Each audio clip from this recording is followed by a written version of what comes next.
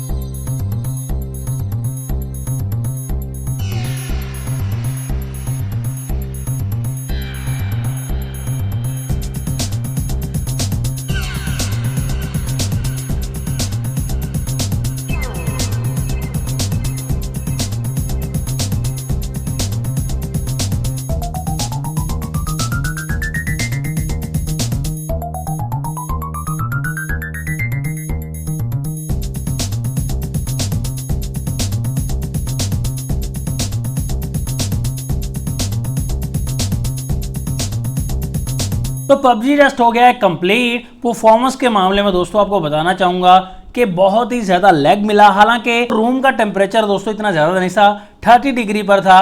तो उस हिसाब से अगर ज़्यादा टेम्परेचर में अगर हम प्ले करेंगे तो बहुत ज़्यादा हैंगिंग प्रॉब्लम होने वाली है, क्योंकि प्रोसेसर इतना ज़्यादा गेमिंग प्रोसेसर नहीं है, तो पबजी में इतना बेहतर नहीं रहेगा।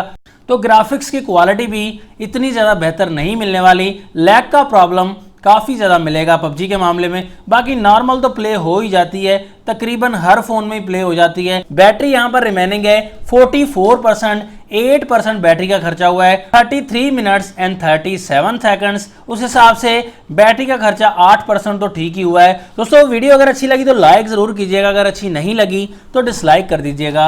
नेक्स्ट वीडियो के लिए जाता हूँ मैं आपसे इजाज़त। अल्लाह हाफिज़। पाकिस्तान जिंदाबाद।